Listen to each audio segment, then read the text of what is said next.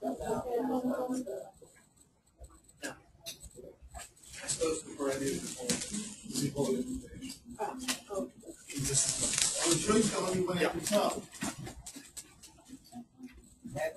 morning, Miss Sabrina. As soon as you come in here, as soon as you log in, open up Outlook Explorer, and there's a link from me for GoToMeeting. Just click on the link. It should take you right in to where you should be able to type in your name for GoToMeeting. And again, good morning. Good morning. All right, so again, the agenda today is pretty much to cover what we were supposed to have covered on Monday, which was word formatting. Word formatting goes everything from changing the color of a font to changing the size of it. Formatting means indenting. Formatting means bolding. Any kind of enhancement to any kind of word processing is a formatting feature, right down to adding a border. All right, so what I want to do is I just want to kind of like go through the ribbon in Word and just kind of do things one step at a time.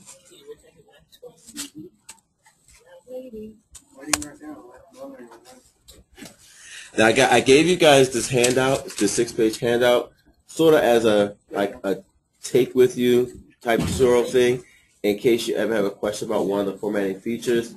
This is pretty much I'm just going to model from here, but at the same time I'm going to let you hold on to this. That way, if ever an event you do word processing, which you'll probably be doing until you're done, and hopefully professionally, you at least have something to take with you just in case. All right. All right. So the first thing I want to do is I'm going to pretty much follow this section here. It says intro into this rather. Now, typically, if you look at this box here, this box here that I'm doing a kind of like a highlighting section on is your font. Now again, font pretty much enhances your word processing or your text within the word processing document.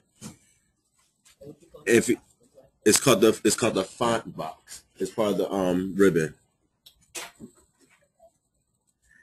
Now the great thing with Word is before you commit or select anything, if you mouse over it, it's going to tell you exactly what it's going to do. So if you notice here, as I mouse over the letter B, it's telling me bold. Now, what I also sent you, which you also get in the email, is you see right in the comment in the little pop-up field says bold, and then in parentheses it gives you something that says Control+B. That's the shortcut key. Now you don't have to commit those to memory, but again, the more you use them, the more they'll become a part of your memory bank, the more you start using them more often. Right. So let's say we type up or whatever. If we just hit Control-V, it'll automatically everything returns. No, again, and the thing is, whenever I'll get to that in 1 second, because what how I'm going to answer is I'm going to answer about everything regarding formatting. Right. The next thing right next to it is italicized or italic. And we know italic is when you make something slanted. Okay, so I'm going to just follow the different features in here. Again, so mousing over, it tells me to bold. I'm going to go ahead and bold it. And if you notice the change. So notice what I did first. I had to select what I wanted to modify before I actually clicked on anything to modify. Now, Word also gives you the option of setting certain things before you even start typing. That way it's already done. So for example, if I exit out of this and I say, well, you know what? Since I know I'm making a title, I want it to be bolded. I want it to be underlined. And now if I wanted to go ahead and type something in there, it's already set. Now when you're done, if you don't want to bold or italicize or underline anything after that, you just, from that point, that you uncheck at that point. So the next thing you write after it will go back to the defaults. Again, so let's look at that again.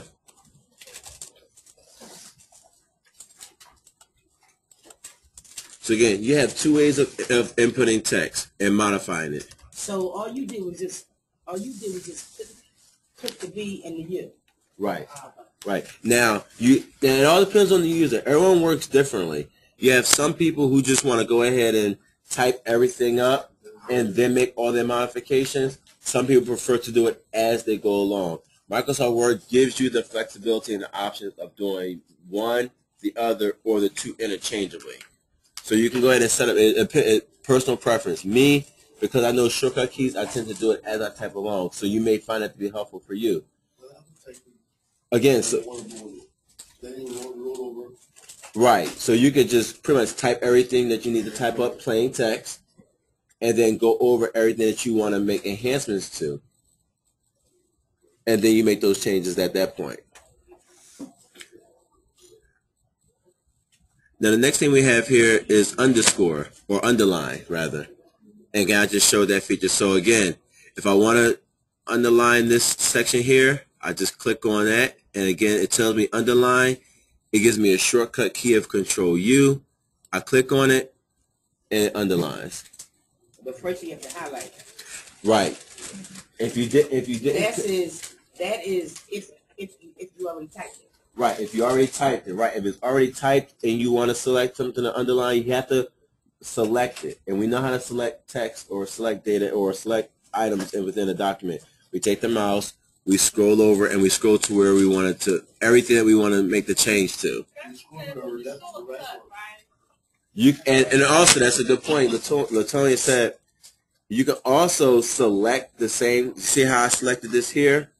And right now it's underlined. You know, I say, you know what? I meant to bold that as well. I can go back, select it. I can either use the Control B shortcut key, or I can just click on the bold. Because I know it, I'll just go ahead and bold it. Oh, since it's already. You could do either or. Good question, Ms. Joyce.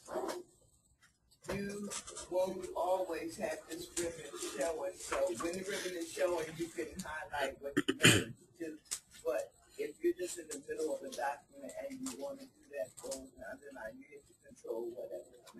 Right. Or remember, all your formatting is under the Home tab, so you can always go back to the Home tab and then make all your changes that way as well. So you don't have to commit them. Right. You don't have to commit them to memory, or you can commit them to memory. It all depends. Again, if you start using them more often, you'll remember them. Right. Like, okay, you know what I want to see tomorrow?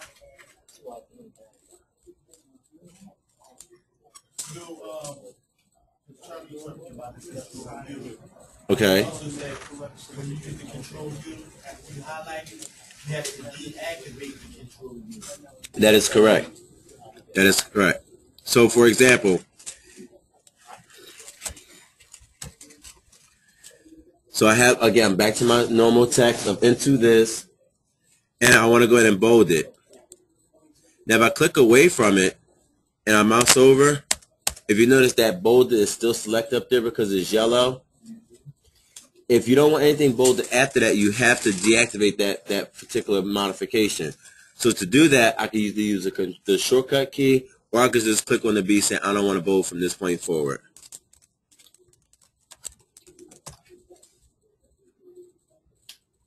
Okay, so who's with me so far? Okay, who feels like I'm going too slow? Yeah. All right. Yes.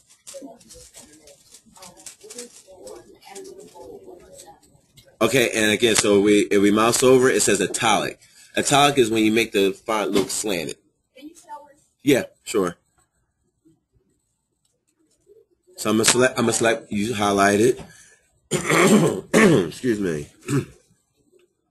And again, before you select it, Microsoft gives you the option of saying exactly what it's going to do, or it tells you what it's going to do. So if you notice, as I moused over it, it says italic right under it. It gives you the shortcut key command, and I Control I. And if I click on it, you see how I made the text slanted? Can you do the same thing? I'll continue by doing italic and then underline the same thing.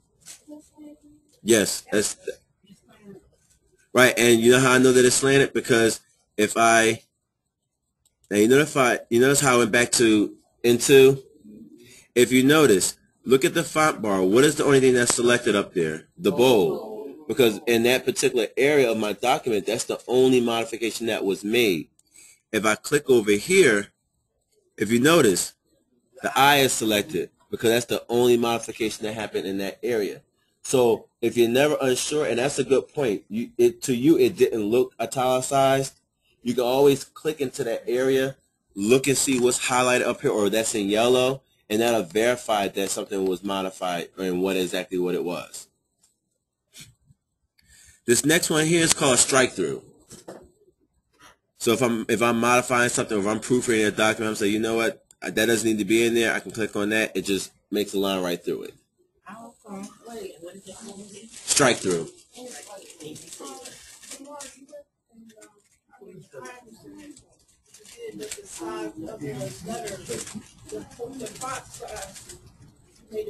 Well, I'm gonna get to that in a second. I just increased it just so that everyone can see what I'm doing. Which one is it straight through? Okay, so again, right here. You see where I'm wiggling the mouse at? That's strike through. And again, if you do something and it's something that you don't want to do, you can always back out of it by undoing it.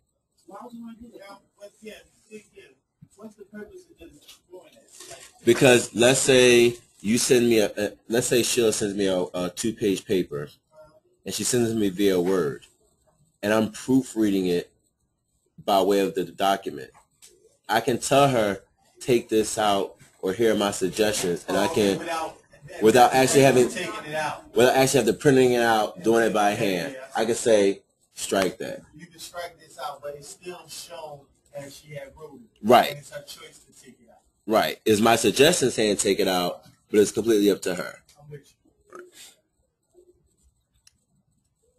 Now the next one, that's pretty much if you're citing sources. So I'm not going to say focus on these right now, but this one is a subscript and this one is a superscript. So who remembers back in high school when you had to do a book report, and if you cited a source, you had to write that little number that was raised above it? That's called the superscript. And then you looked at the bottom of the page and it was a footnote at the bottom. That's where the subscript is, right. That's where footnotes came in. And that's what these two features are. They're not really typically used. I used them in my class because I did math, so it was great for making exponents raised. So because I did a lot of my stuff through Word, like a lot of my assignments. So if I had a polynomial written out, if I wanted to say x squared or x to the 4th, I could just superscript that 4. Sheila? Okay, so it says X squared, but can you change the numbers, or does that just allow you to put the number up there? It just allows you to, you can put whatever number you want up there. It just allows you to, just like you said, to raise it. So for example, I'm going to take that out. And I used to do this all the time. Oh, let's take that out.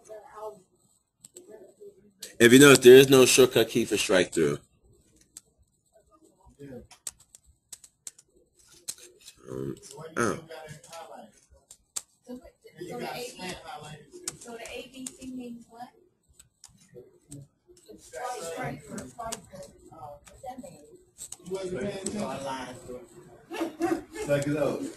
Now again, so for example, this is where superscript will come into play.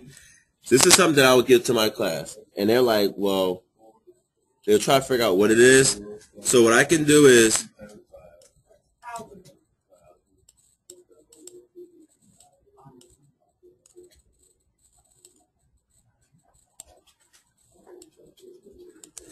I can superscript it, and then I have my equation. So what it does, it just raises the number above it. No, don't raise letters too. Yes. Because you only highlighted the number. Right, because I only highlight the number. But if I wanted to say n to the a power, which there's something out there, I'm sure, that a will be superscript and it'll be raised and made smaller. Same thing with the footnote. I mean, a subscript. If I want to change it to a subscript, it'll bring it down. The next feature here, let's go up here.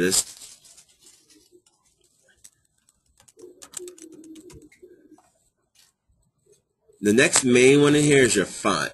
Now, font is the way the text is laid out on the document. It's the style of writing. You know, everyone has their own penmanship. And pretty much if you take everyone's penmanship and you put it in a list, that's pretty much a different font because everyone writes differently. So if you click down on this down arrow, you have a list of font options. And the great thing about Word is that not only does it give you a list of the options, it shows you what it's going to look like if you select it. So if I want to select my name, and I say, you know, I want to change the font. I hate this font. I can click down, and as I scroll over the different options, it's going to tell you what it's going to look like. So if you notice, as I'm scrolling down to different ones, it's changing it. Most of the time they use the signatures, right? No, you can use font. You can change the font anywhere or use it anywhere at any time. Right. Some is more appropriate in certain places than others, but is the option that we're looking at here. Which one you use with the header? Again, it depends. Depends. Now I'm a Palatino type font. I like Palatino, so if I wanted to go to Palatino, I know it begins with a P. I can just hit the letter P.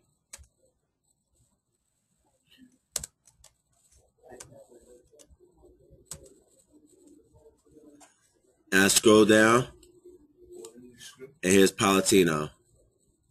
So I'm going to select Palatino. I like Palatino. This number right here tells you the size of the text. So again, before you commit anything, it's going to show you what it's going to look like if you select it. So guys, as opposed to just scrolling down and clicking on a number, take the time to mouse over your options. And as you mouse over your option, you can say, you know what, okay, 14 is pretty good. So I'm going to leave it at 14. Here, now these are sort of like shortcuts. Like if I want to say take it to the next size, you know what, 14 was too small. I want to take it up the next available font size by default, which is 16. If I do it again, it raises it to 18, 20. Now conveniently right next to it is the font decreaser, which says, you know what, make it smaller. Make it the next size smaller. Make it the next size smaller. What is this? Hit enter? No. Okay. If you notice up here, I'm clicking the two A's here. It says, and if I mouse over, it says grow font. So the item I have selected is my name. And right now it's at 16. But if I want it to grow automatically to the next size up, I just click it. And if you notice, that 16 changed to an 18 here. If you do it again, it changed to 20. So it's telling you what it's changing it to. Okay. It's sort of like a shortcut, right? Sort of like how we use Quick Save. And Quick Save is an icon. That's the same thing as with the font decreaser and increaser. Okay, but I mean, or either I could take that line right there, you got the thing that next to you. You can do either or. Okay, that's gonna be sure. Right. You can still use the other option, or you can just click on one or the other. You can make it larger or big over here. So what's that A for? This right, I'm about to show you here. This right here is if you have something, and these are your different cases that are available. So I know my name should not be in all caps. So if I click on capitalize each word, because my name is a proper noun, it automatically changes it. So you're like, you know what? You know how some people, if they're on Facebook or they're someplace, or they send you a text, it's always all caps. They're yelling at you, technically, right? But let's say that was a mistake, and you know, by default, I used to do this. But when I learned how to type, I used to like typing in caps, because that way I had to keep holding down the shift key, and people still do it, and it's okay. It's a learning curve.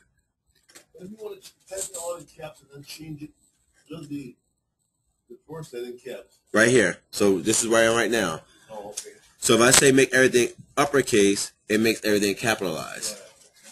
If I want to make things sentence case, what it's going to do is it's going to take the first word, and it's going to automatically, now it depends, it all depends on how you select it, because right now it's looking for a period, and there's no period there. That's why the D isn't capitalized. But if you selected a paragraph and you said sentence case it, it's going to look for every period and after the period, it's going to make the next thing capitalized. I just want you to read on the line. Hey, Jamar, how can I ask you this? You know how you can spell check and it can do like the grammar check. Yeah. How come it don't know that that's the name? If all of that is like, maybe that's too much for this. Well, because Microsoft doesn't know the difference between a proper noun and a regular noun, so you have to tell it. Good question. So again, if I want to make any changes, I select what I want to change. If I just want to capitalize each word because I know it's a proper noun, it'll change it appropriately. Now, where are you pointing at in the Right here. in the header up top? Where's the arrow up top? You see it? Right. So if you want to make everything lowercase, like, you know what, this should not be in all caps. Now it wants to, it's backwards sometimes. Okay. But it should have made everything lowercase, and it will. So then you don't have to shift and uppercase. You don't have to worry about going back and type it in the correct way. You can change it, right? Okay, and what's that last one down there? No, yeah, go back. Hold on, one question at a time, Miss Carol. Say like, okay, like you wrote your name, great, and okay, you just want the first letter capitalized, and then the rest lowercase, and you make it on that one thing, section word. You mean that one? Yeah, you make the first letter half capitalized and the rest. Right, that is capitalize each word. But okay, so capitalizing each word knows to put the first letter cap in the rest word. Yes, Oh, yes. Uppercase is saying, okay, make everything, whether it is already or not, make everything uppercase. Change the lowercase. Sentence case. So again, and you wonder, well, when would I ever use this? Prime example, when I had to do progress reports last quarter, for some reason, one of the settings in the document was to make everything all text. That disturbed Janet to no end, you know, and it's a visual thing sometimes. But I had to fix that, and I had to make it so that it was right. So what I did was I typed everything in text in uppercase because whether I had the caps lock key on or not, it would still make everything capitalized. So I typed everything in, selected the paragraph. I did sentence case. It dropped everything lowercase and left the first letter in the sentence uppercase. The downside with that is if you have a person's name in there, you just have to go in there and make those names capitalized, and you should be able. That's something small as opposed to having to type everything back over and making it the correct case. What's the last one right there? Right here. No. Down here. Go back over to the thing you was at. Ooh. Toggle is the reverse. Exactly. You see exactly what it does? If you notice, each option shows you what it's supposed to look like. Oh, okay. So what this is going to do is, The capital letter and the lower letter, a small, capital letter and a small letter stay in different, I guess. what I just did. Yeah, what you just did. It's called toggle case. It's pretty much it's the opposite of the way it's supposed to be. Pretty much. Okay. You won't see that too often, so I wouldn't necessarily worry about that, Miss Joyce. Is there a way to make this home bar bigger? That's a whole bunch of little teeny right there. You would have to use Zoom. You have to use Zoom text, or change the resolution on your screen. This stage you can't change it unless you go come over this. No, you could change it. Mm-hmm. Yeah. Once we get started, I'll show you. And again, Only gonna do the menu. no, it'll make everything. It'll make everything larger. I'm sorry, Miss Lorraine. What's small?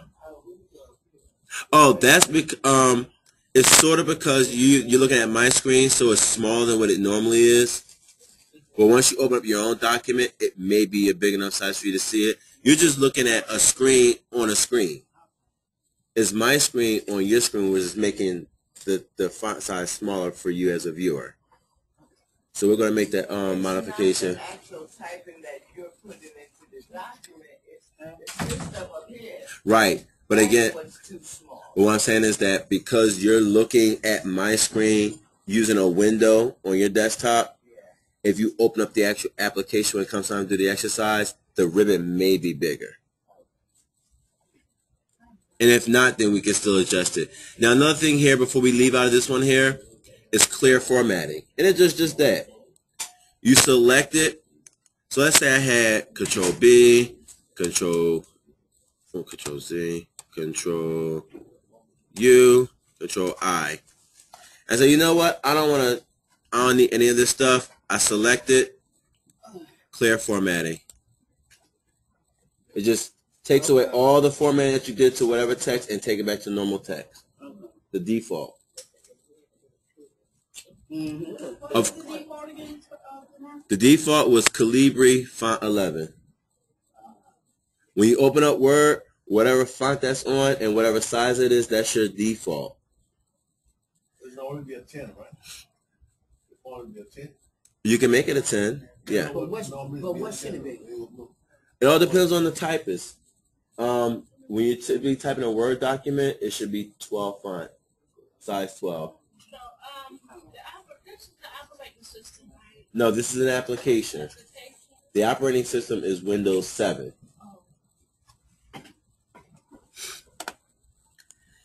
And of course, down here we have our highlight. Now, if I do my name again, let's change the font size to 20 again. Go back to Palatino. Now here, font color. Here are your options to change the color of a particular font.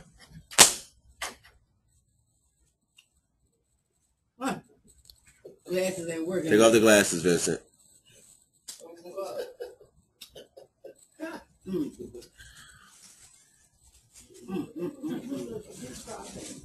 Now again, you have all these different options here to choose. Don't worry about that unless you really want to get fancy with it. I wouldn't necessarily worry about it. You have more colors here. It gives you the entire color spectrum. So if I want to, Border shade. Those are all the colors. what happens, these are the available colors. So what happens is, when you go, now if you see I'm clicking on different ones, it's over here, it shows you the current font color, which is black, and this is what it's going to look like if I change it.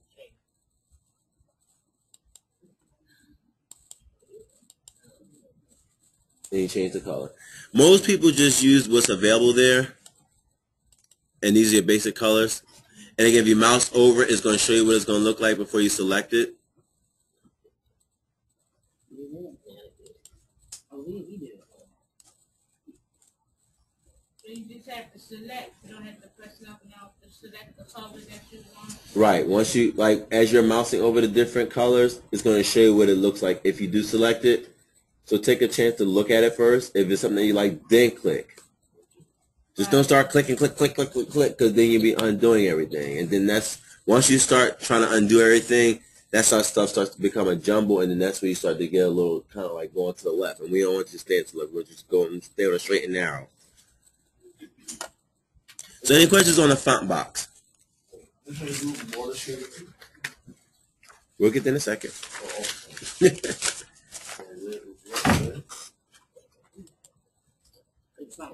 So most of the stuff that's in your font box is just changing wording and coloring, clearing out. Pretty much. Is text enhancement.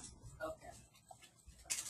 Now if I clicked on, now you notice I also clicked on this arrow right here. This pretty much brings up the dialog box. And it's the same features here, if you notice. The subscript, the superscript, the double strike through, small caps, all caps, hidden, your font size. your font style, your font size, and your actual fonts. Your advanced features, don't worry about that. What about say you ain't on the header? Right here in the font area right here is a little arrow. At the bottom right hand corner of each ribbon, there's an arrow. And it pretty much just opens up that box to all the settings so that it looks more like a dialog box view. So it kind of gives you the option of saying, okay, here we have Windows 7 where we have ribbons, but just in case you want to go back to XP or look at the other formatting, here's the dialog box. And if you remember, I'm not sure if you remember back in XP, most of your options were available sort of like this as well. If you did like a right click or if you clicked on the arrow, open up a menu option. So that's pretty much your font. That's your font sizing.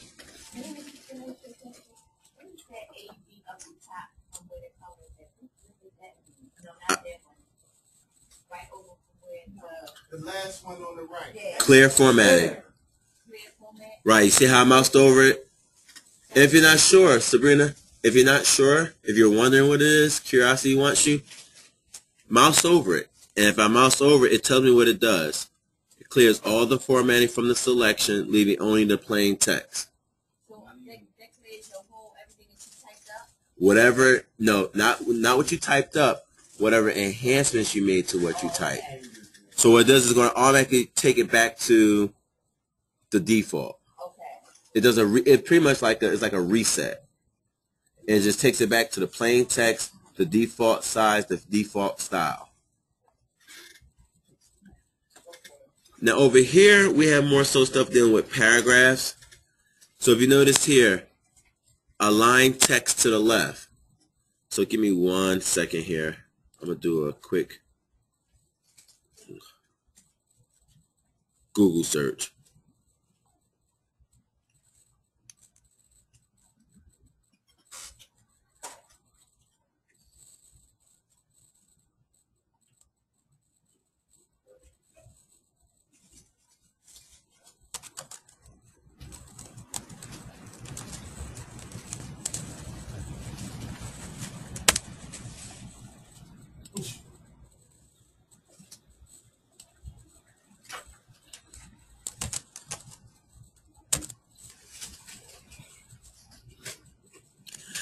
Alright, so here I have a paragraph. Let's say Joyce was typing something about,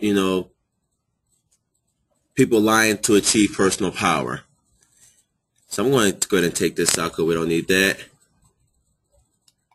Oh, this is for Vincent.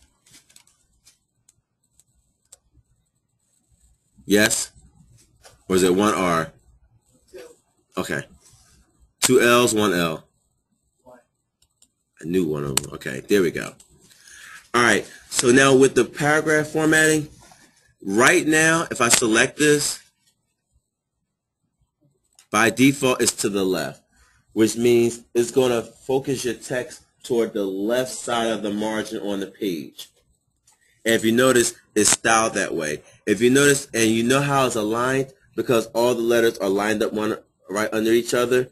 Now look to the right side. You know how some words, some sentences go longer than others before it goes to the next line? That's because you're telling Word to focus the text to the left of the document. Can we put that on mute? Thank you. Now here, this one says I want to center everything. So it's going to take everything in each line and put it into the center of the document.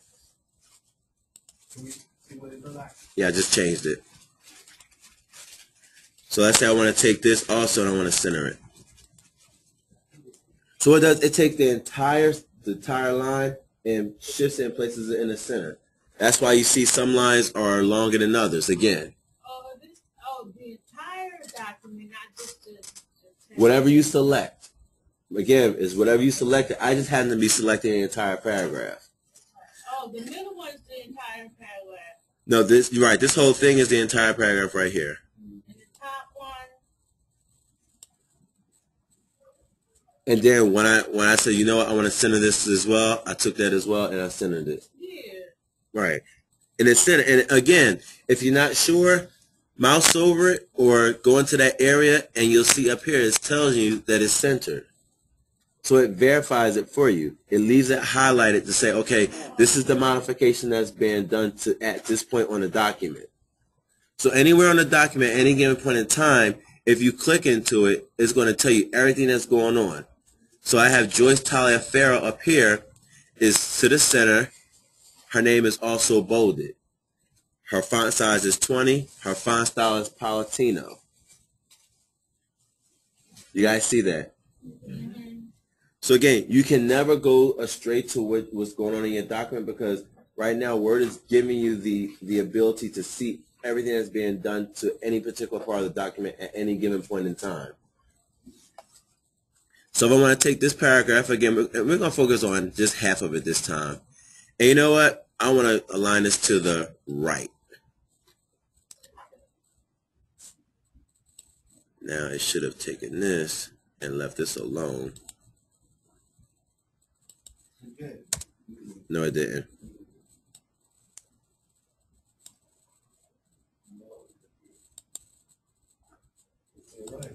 Right. Now, if you notice, the top paragraph is pointed to the right.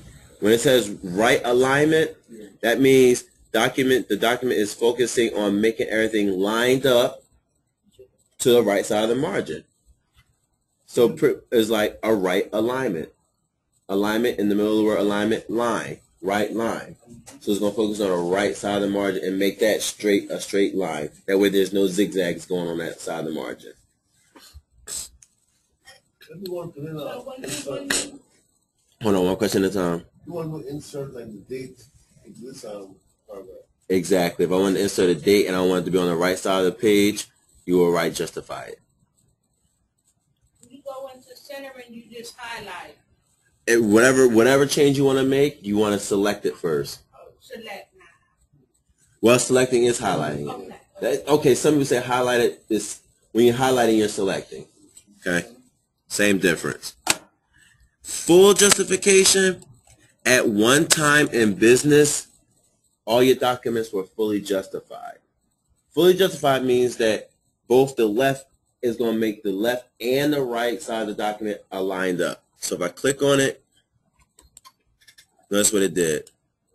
If you notice, look at the left side. All the letters are lined up. Look on the right side. All the letters are lined up. That's full alignment. It can be any document. Again, Just saying it's the last thing up in the top. The yellow is highlighted. One that's highlighted. Right. Right, exactly. That's fully justified. And again, this was the old style of writing in business letters. It was a fully justified document, which made it supposed to look more professional. Miss Joyce? And that would justify why the last sentence in the first paragraph, the word girlfriend can't be applied. I didn't have a girlfriend because it would have stretched out further than No. that right side. That's girlfriend jumped down to because I pressed enter to separate the two. But if I go back, it still fully justifies it.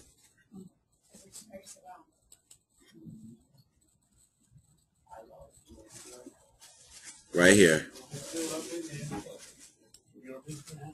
You see it? Right, it's still fully justified.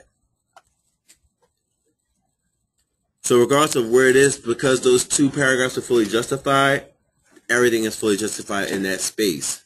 Ms. Sheila? Okay, so like if you type this out first yourself, Mm-hmm. it would not be justified, and then you highlight it and hit justified it, and it would rearrange things, spacing the words. Right. So it was justified. Exactly, but by default, it's automatically left justified by default. Oh, it is. When you open up the Word document, you'll see left alignment already selected. Left, okay. Left justified Okay. by default, because that's the default setting. But it also plays the part to the way you read and write. Not so much how you read and write, but what you're writing, what you're typing up. It's focused more so on that. No, I mean, when I say that, I mean like by everything being aligned to the left. Most of our reading documents, line to the left because of the way you read and write. Whereas though if it was like Arabic or one of them languages, that's a language and how they communicate. That's something completely different. no, But sometimes it all depends on the document. If it's written in a certain language, they focus on certain sides of the page. I mean, it all depends on the language, but we're working with English here, so. that's why I say it's more always justified to the left. Well, no, that's just because we read from left to right. We read from left to right, so therefore, now the convention of writing is to focus on the left margin of the page. Wrapping a word too. That's something completely different. Right. Now this right here, there's two things you could do here. Okay, so what I want to do is, I'm going to select this first. Now, typically, most papers, when you're writing a paper, especially when you get to writing class, your default is size 12. Some teachers actually require to use a certain font based on a certain style of writing. And there's two different styles. There's Modern Language Association and then the American Psychological Association. Those are your types of writing styles, MLA and ALA. MLA and ALA, right. Don't worry about that. But here, this tells you how many spaces, how much is in between each line. So if I want to make this a double-spaced document, which is a sense saying 2 is entering twice. Press the enter button twice. But it automatically does it for you. If I wanted to do 3, that'd be 3 enters in between. 1.5, an enter key and a half an enter key. But there's no such thing. That's why it's a 1.5. Oh, that double arrow is for the line, the space. Where? So what's that? The What's that yellow box, the 1.15? double arrow. Yes, up and down. Yes. That's like I'm sorry, yes. to the spatial word. Not spatial words, spatial lines. The lines. Oh, I'm sorry. Let me see that 1.15. It's already selected. That's the default. Oh, that's the day. Okay. Mhm. But a typical writing document, guys, and that way you know going forward, is typically double space. What about between the words? Just a regular space.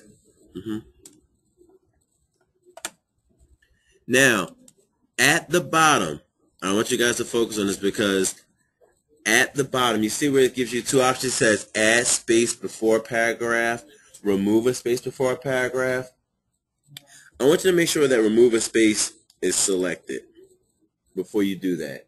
Because what happens is, if you don't select that, when you're writing your document, even if you have double space or single space, particularly with single space, it may not look single space.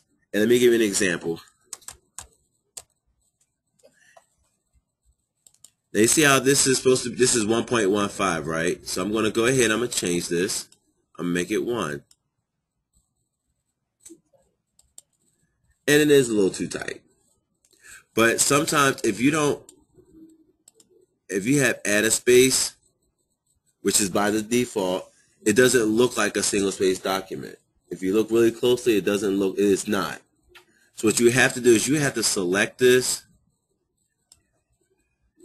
go down here, remove that spacing after each paragraph, and then do your space selection. Yes.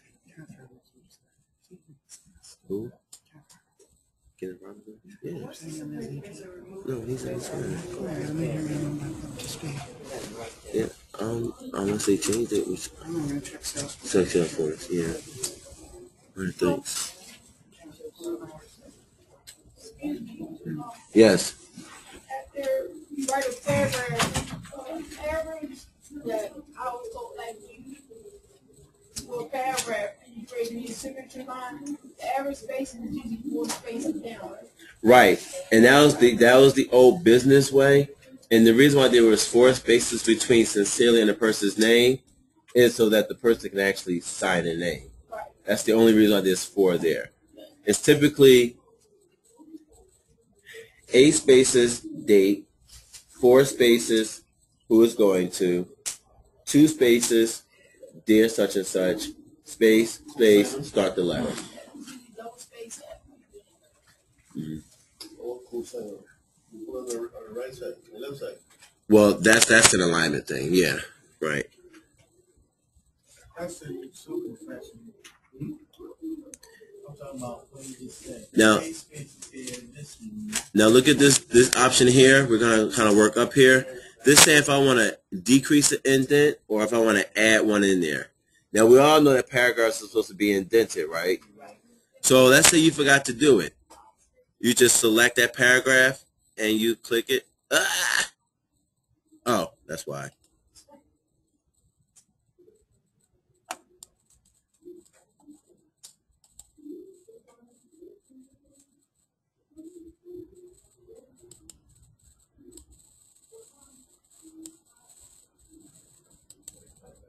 Ooh.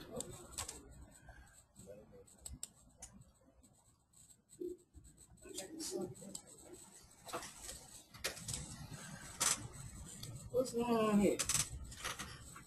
Oh, of the entire paragraph. Ugh. It says, have you ever read a book and it has its regular space and then it's like a little like middle, like a little middle like section in there? That's what that's for. So if you want to select this in here, it kind of like narrows it. Right. It's sort of like, okay, here's that little sub thing in there. Everything's okay, Sabrina? The average spacing, if you do it manually, you write the paragraph and go to 5 spaces before you start. Or you just hit the tab key. Okay. Tab. That's what the tab key does. It just automatically puts that spaces in there. Yeah. Or it indents it the way it's supposed to be, properly indents it. So you don't have to worry about counting spaces. You just hit tab and it automatically indents it. All right. These features up here are for bullets and numbering and outlining. What example? Okay,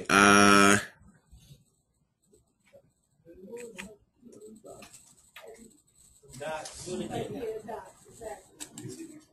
Right, every time you get a dot, you go, this is, All right. to the next one. The pocket side. Hold on. Okay. okay, I'll just create one. What's going on there?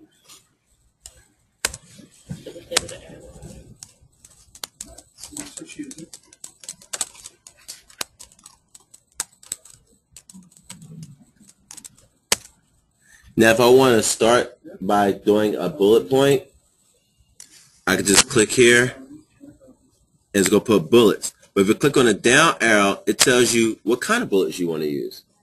So if you want to go fancy with it, you can select a different type of bullet. But this is just a bullet tab feature. I tend to like this one here. I don't know why.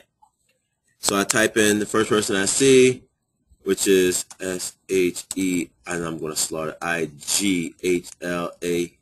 H. There's an extra H in it, isn't it? No, and also it's S-H-G-I-L-A-G-H.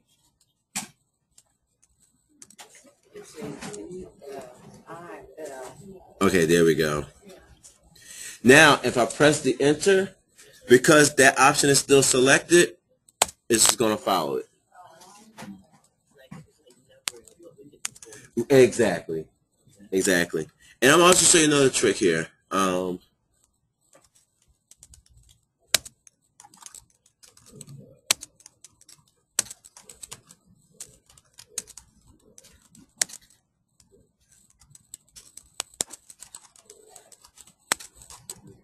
Them bullets gonna automatically come up. Right, because I still have, you see up here, it's still activated.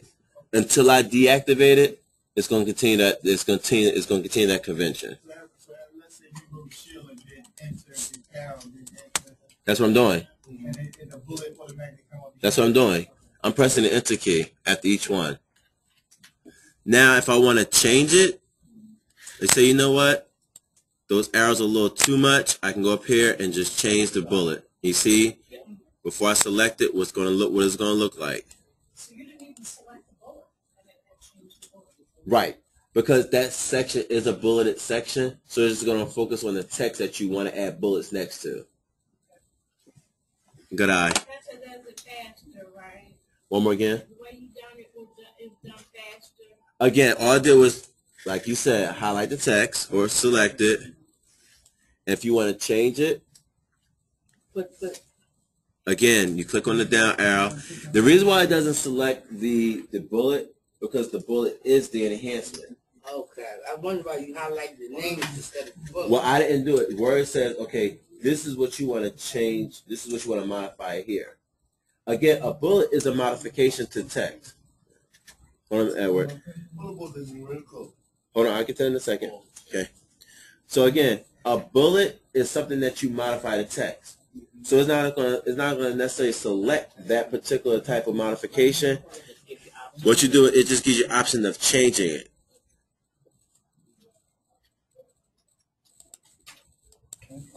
Okay. All right. Now, like Edward was saying, you know what? I don't like this. No, I don't like it. I want to use numbering instead. It just changes to numbers. And if you notice, it gives you different types. You can follow this one here, where there's a parenthesis after it. You can use Roman numeral.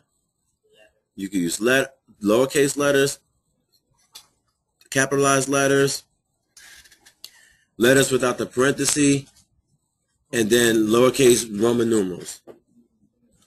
So it gives you different options. And guys, again, if you're not sure, if ever you want to take a chance and be creative and do different things, mouse over it, go to a box, see what you have to work with, click it. If you don't like it, Word lets you undo it. It's nothing permanent. Even if you save it, you can save it by, like, let's say here, you know what? And I did a quick save. I'm like, you know what? I really don't like that. I can still undo it because it's the last thing that was done as far as the modification. It'll say with the whatever change was just made. How can I do it? Undo it. Is doing it again, Charlie? When you hit none in that box? No, undo is this button up here. Oh, undo. Okay. But you know, you know what? Oh, I got you. Hey, Lamar, you see that undo that you hit? Uh-huh. I had did something, but you know, if you, let's say you hit it, undo, right? You can keep going back.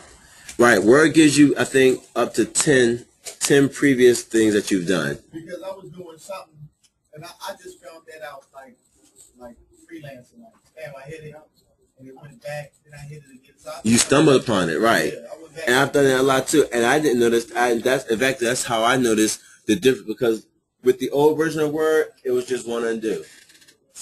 As they started evolving the Word and Microsoft apps, it says, okay, now that's up that. So let's say there's a few changes that you want to undo. If you do the shortcut key for undoing, which is Control-Z, it'll undo like up to 10 previous things that you've done. You can't stop. And when you hit that button, it's one at a time. Right. Yeah. Okay. If you need like a blank sheet with just numbers, like line and numbers, can you make a draft like this? You can create it, but there's no templated one for it. Not that I know of. If there's a templated document like that, it will be in Word as a template. I can do another program. Well, no, I mean you don't have to, because again, you don't know how many numbers you want to use. So what you could do is you could just always kind of follow that, or you could just create it yourself and just follow the bullet feature. 8 by 11, full size, legal size. And you want to fill up the holes in the spaces. You can create it, and then save it as that. And what you did was you just created a template for yourself, and you just save it. Well, whether it's in Word or You can do it in Word. For example, if I have an attendance sheet, I may have typed it up in Word, but I saved it as attendance sheet so that it prints out the same way with just blank lines and just the numbers left justified. Now this button right here, this is a little different. This is just saying, okay, you know what? I want to sort by alphabetically. Thank you. So if I click on this down arrow, it's going to sort. And the reason why I chose paragraph, because technically each person's name in a bullet is a paragraph. It's just one word. Unfortunately, don't try to make logic out of it. Word just sees it as its own paragraph because there's a space in between the two lines.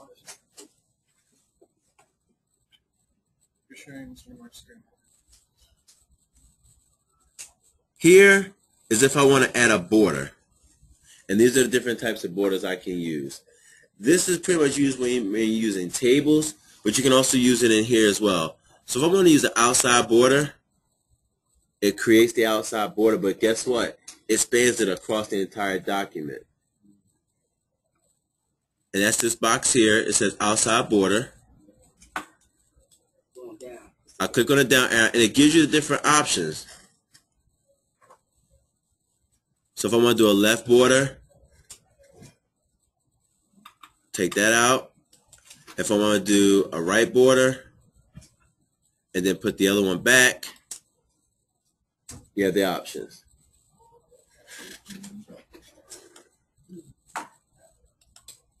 Take the top border off.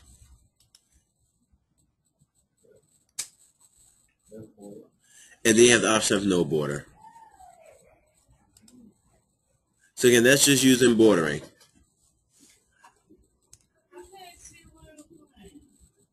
Right here. Oh, okay. Oh, it's a nice box. Right. Now, this is, I'm going to show you something in here. Let's say she wants to do Into This by Joyce Tyler Farrell, and she clicks on here. She could do a horizontal line. And she can expand it. And a horizontal line is just that. It just is a horizontal line that separates your stuff in your document. And this is good if you're creating your own resume. Something like that. Or having, like, if you're creating like a title page or something and you want to add that feature in there, you can.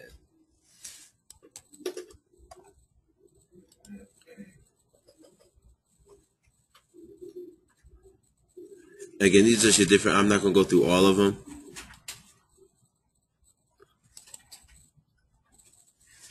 Creates an all border. Because again, that's what I have selected.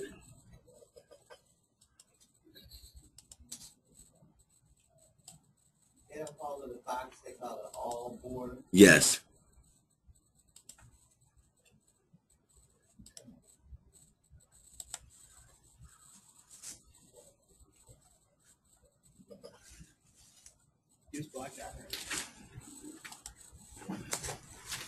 So again, now what I'm going to do is, you know what? I like that font style. I want to know what that font style is. So I'll just click right into it and look at everything in your ribbon.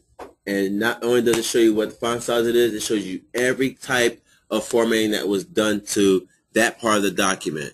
So it's right justified, if you notice. Whatever text is italicized is bolded. The font type is brush script. And the size is 20. So you said I click on the what so I can see all of that? No matter where you are in the document, you can click and see what features are done to it. Oh. So if I click to where her name is, everything that's in yellow that's a formatted feature that was done to that particular part of the document. Okay. And then if you also look here, it's also going to show you the font type that's used and also the size. All right. Oops, there we go. Now, if I wanted to go in here and say, you know what, I want to kind of shade this in a little bit, I can go in here, and if you notice what's happening, it's changing the feature of the color of the selected area. So the sort of like it says, take this area and airbrush it, sort of. So you went into that A over there, right? Right here. The paint bucket. It's called the shading. Oh, okay, paint. Okay, I get it. Oh, that's a paint bucket. Right. It really is too when you look at it. Okay.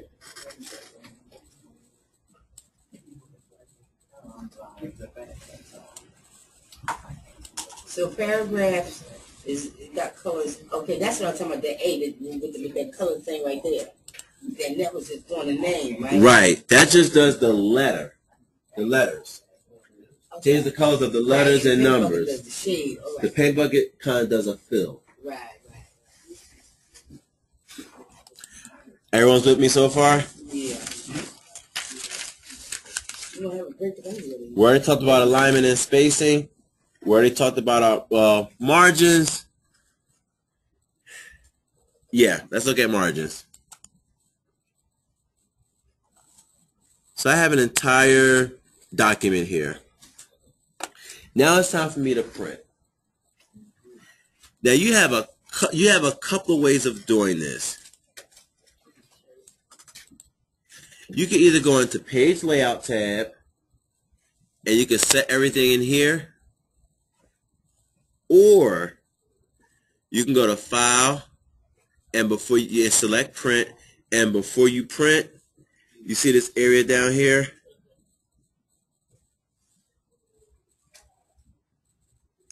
The link that says Page Setup. If you click on it, it does the same thing. Right. Right. It gives you your margin options. It gives you the orientation of the document, how it's going to come out. It also gives you, this is a preview here. Here are your 4 margins, top, bottom, left, right. Here's the position. Paper, regular type paper, regular paper size. And then the layout. There's a 1/2 inch for the footer, 1/2 inch for the header. And if everything confirms out, you just click out of it and just hit print, and it'll print right out. Now again, that's under File. So if I want to see my ribbon again, which one am I clicking on? Home. Home. So no, you didn't lose it. It's still there. Remember, your ribbon starts at the Home tab. And there you go. Right. Any questions on this so far? We're good to go? That's right, we got practice. We got some practice.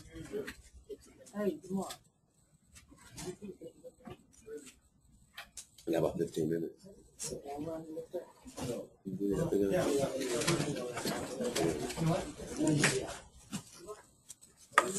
Now guys, what I want you to do is I want you to hold on to this.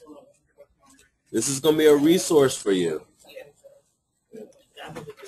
Alright, so what I want to do is I want to go ahead and give you your assignment now.